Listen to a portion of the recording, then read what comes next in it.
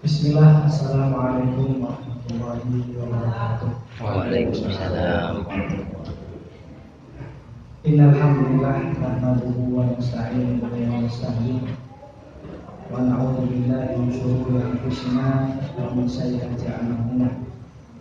May yahdihillahu fahuwal muhtadi wa may yudlil falan tajida lahu waliyyan mursyida. Asyhadu an la ilaha illallah wahdahu la syarika lah wa asyhadu anna Muhammadan abduhu wa rasuluh la nabiyya ba'dah. Rabbi shrah lana sadrana wa yassir lana umurana wahlul 'uqdatam min lisani yafqahu qawlana. Allahumma inna nas'aluka ilman nafi'an wa rizqan thayyiban wa amalan mutaqabbalan. Amma ba'd. Ibu, bapak, dan juga anak calon santri, nanti calon santri di pesantren Baitul Furqan yang kami muliakan dan dirahmati Allah Subhanahu wa taala, karena panjenengan semua kesini saya yakin punya niatan yang baik, niatan agar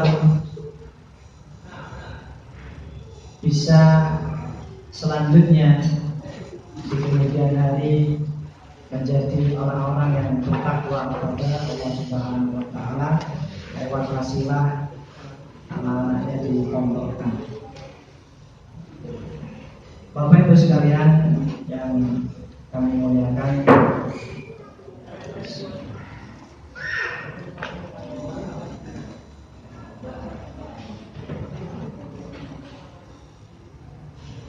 di sini saya diberi tugas menyambut.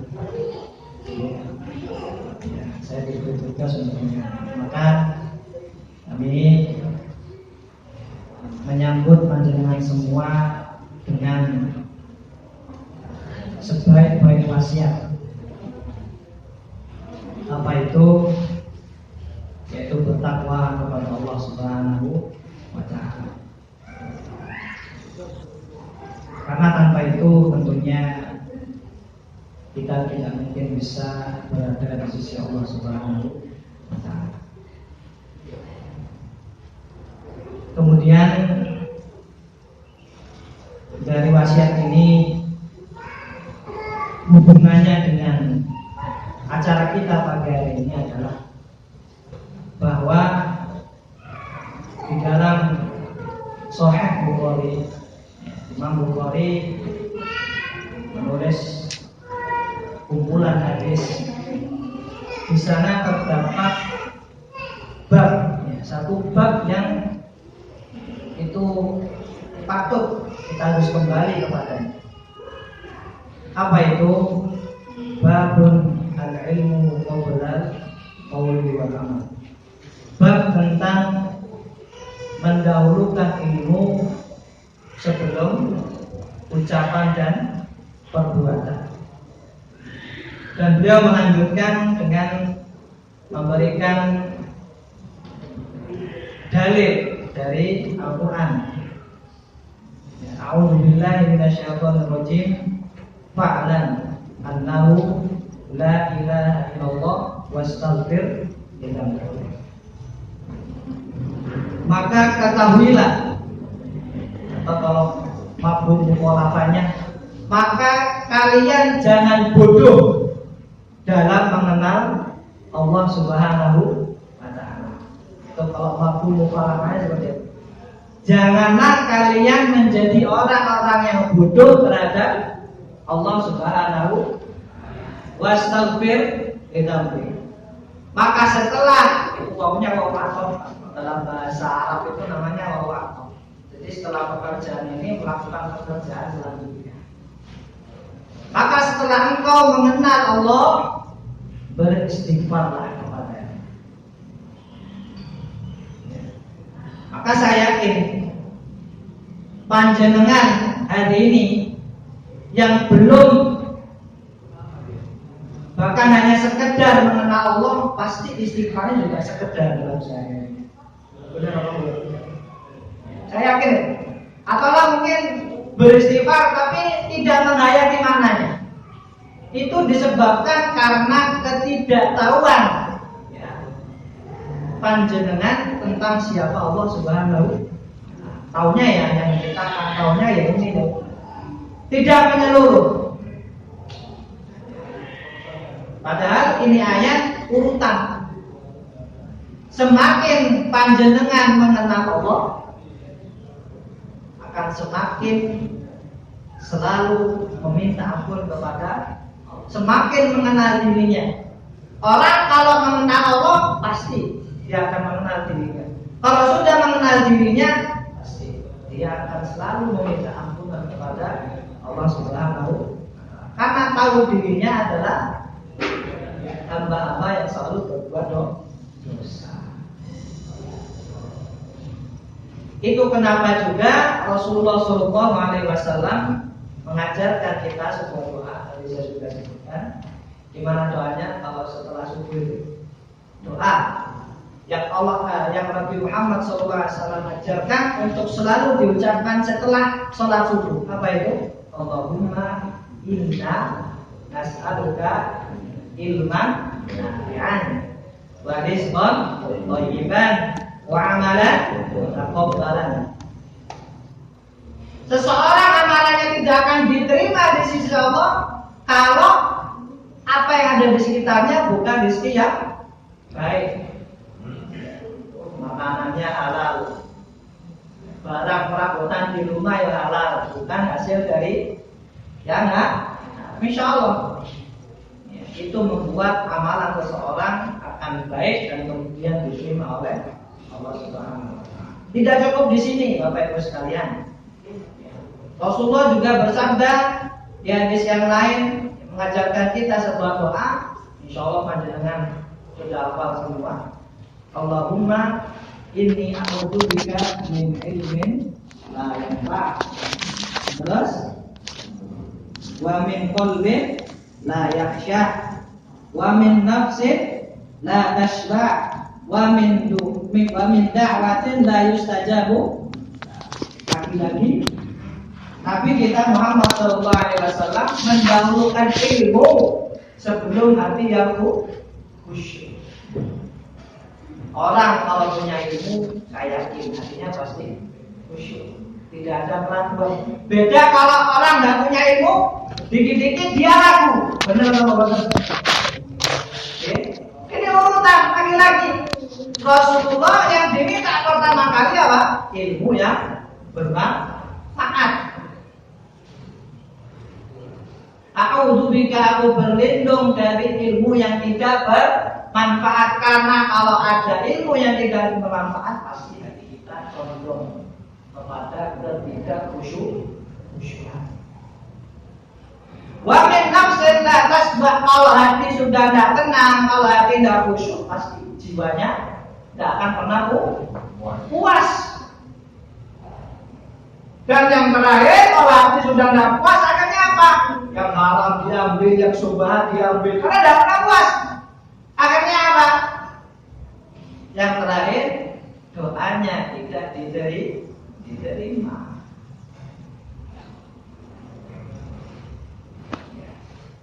Karenanya ini termasuk dari rahmat Allah Subhanahu wa Ta'ala di Indonesia, pesantren masih hidup. Saya yakin panjenengan kesini tadi saya katakan punya niatan yang baik agar anak-anaknya menjadi anak-anak yang soleh dan soleh. Cuman perlu saya ingatkan bahwa kalau panjenengan tadi dari rumah ke sini niatannya hanya agar anak paham agama, hanya paham agama, atau niatannya dia tidak terpengaruh oleh pergaulan anak-anak di luar sana, atau pengen menjadi anak yang dikenal hafal 30 juz, nah itu niatan yang sedikit melenceng. Karena di dalam kitab Ta'lim Muta'alim ini kitab yang biasa dikaji di pesantren, Imam Az-Zarnuji mengatakan bahwa ilmu itu akan menjadikan seseorang mulia kalau ilmu yang dipelajari ini tujuannya agar takut kepada Allah Subhanahu wa Ta'ala. Ini yang cara diajarkan. Ya. Jadi ilmu yang nanti dipelajari di pesantren harusnya niatannya biar semakin takut kepada Allah Subhanahu wa Ta'ala, semakin mengerti siapa Allah Subhanahu wa Ta'ala.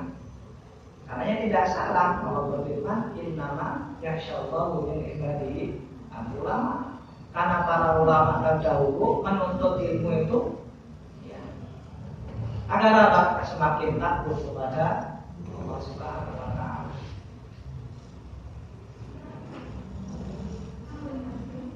Ya, di sini kami ingatkan, karena di sisi lain Rasulullah SAW bersabda yang diriwayatkan oleh Imam Ahmad. Ya, dan di sini sahih sekalian, meskipun ada beberapa turuk mengatakan hasan, ya, tapi kebanyakan sahih riwayatnya bahwa Rasulullah SAW bersabda, Inna aksara ummati munafiqi qurra'uha. Sesungguhnya kebanyakan dari umatku yang munafik. Ini akhlak beliau. Ya, sesungguhnya kebanyakan umatku yang munafik. Ini yang munafik masih termasuk umatnya Nabi Muhammad SAW. Masya Allah akhlak beliau.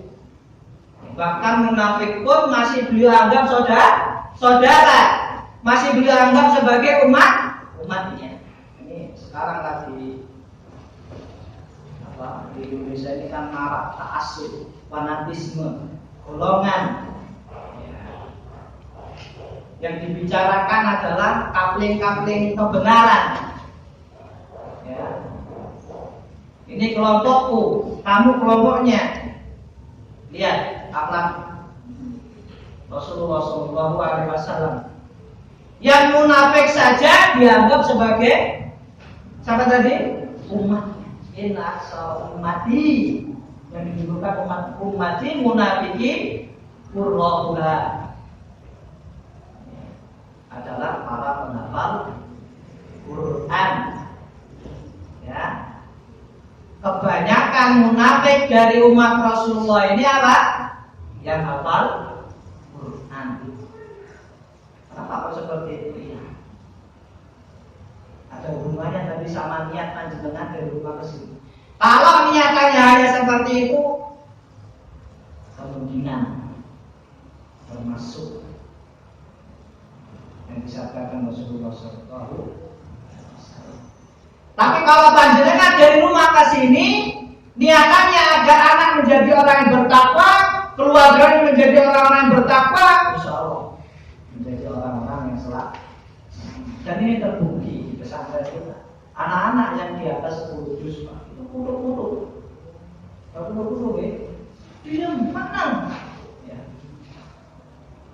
Apalagi di atas 15, di atas 20, tambah menang lah. Kenapa seperti itu? Karena mereka memahami sebuah hakikat.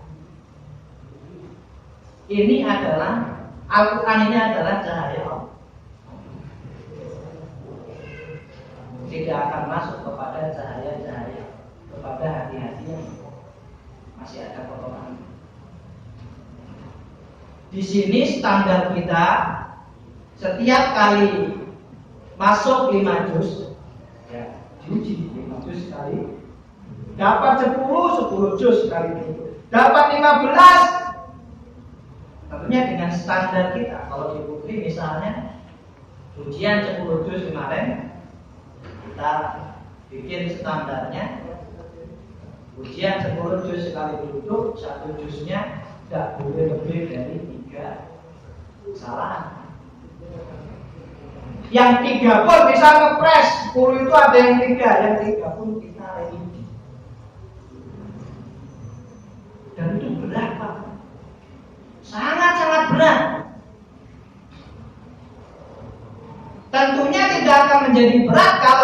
adalah orang-orang yang bisa menjaga sholatnya dijaga, sholat malamnya dijaga, adabnya kepada gurunya dijaga, omongannya dijaga, semua dijaga, insya Allah selesai.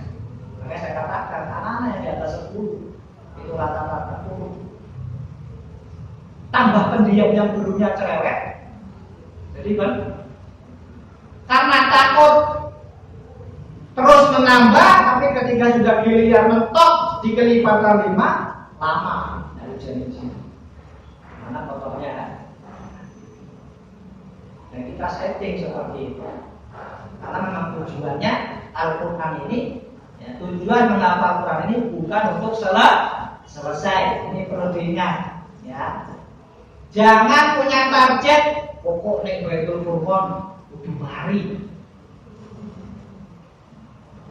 Ini niatan yang salah juga. Harusnya panjenengan sebagai orang tua itu selalu mengawasi, selalu melihat apakah semakin banyak hafalan dia semakin takut apa tidak. Itu yang harusnya dipikirkan. Seperti halnya ibunya Imam At-Tauri rahimahullah ta'ala. Beliau mengatakan kepada putranya, jangan nambah hafalan kalau perilaku belum berubah. Harusnya semakin banyak hafalan semakin takut kepada itu yang diinginkan. Bukan kesini niatannya pokok mari 30 juz ngaku dan tadi ada besok. Jangan sampai termasuk orang-orang yang dicap sebagai orang munafik. Karena kita ini sedang mengambil sebuah amanah, Bapak Ibu sekalian. Jenengan taruh ke sini dan jenengan sebagai orang tuanya itu sama dengan panjenengan sedang mengambil amanah. Dan amanah itu harus diapakan? Dijaga. Karena ini adalah amanah, panjenengan ngambil amanah, dijaga amanah. Jangan sampai menjadi orang-orang yang tidak amanah.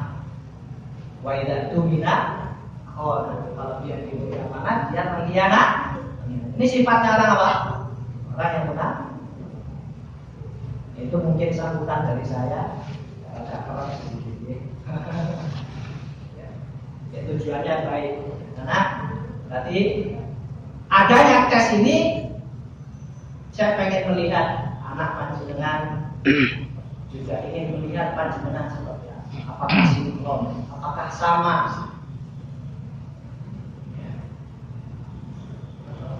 Atau masih ada ganjalan? Maksudnya ganjalan di sini adalah akhlak.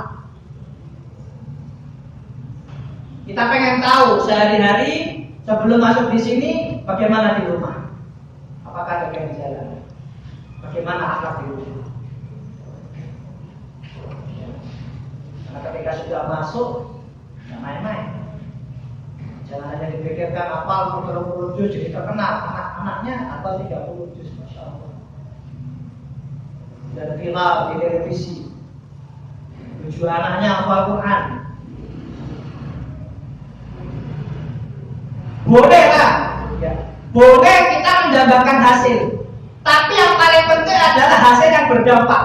Nah, apa gunanya hasil tapi kalau tidak berdampak? Kan gitu ya. Apa gunanya ada hasil tapi tidak memberikan dampak kepada yang lain? Untuk dunia sendiri. Kita ini ya, kayak aku nanti bekerja di dinas tak perlu nabi ma'ruf dan kita dikeluarkan ya, oleh Allah sebagai umat yang baik itu untuk saling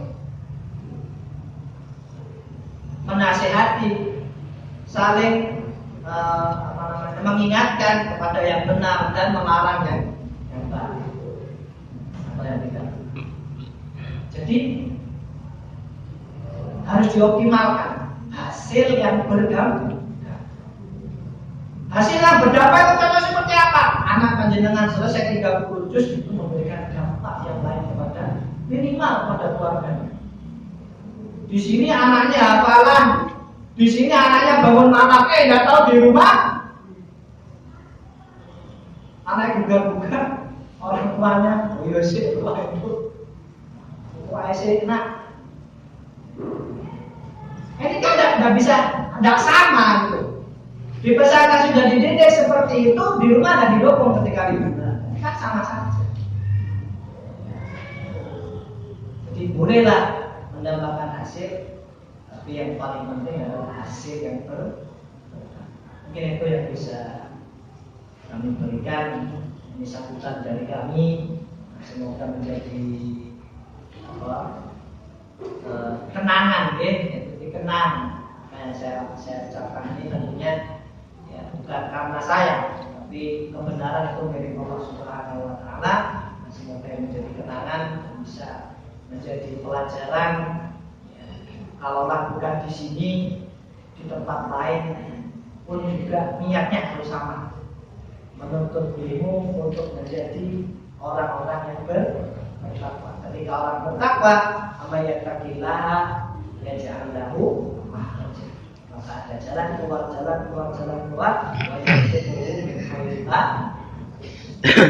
rezeki yang didapat adalah rezeki yang menurut Allah itu pantas didapatkan oleh orang-orang yang alhamdulillah. Assalamualaikum warahmatullahi wabarakatuh.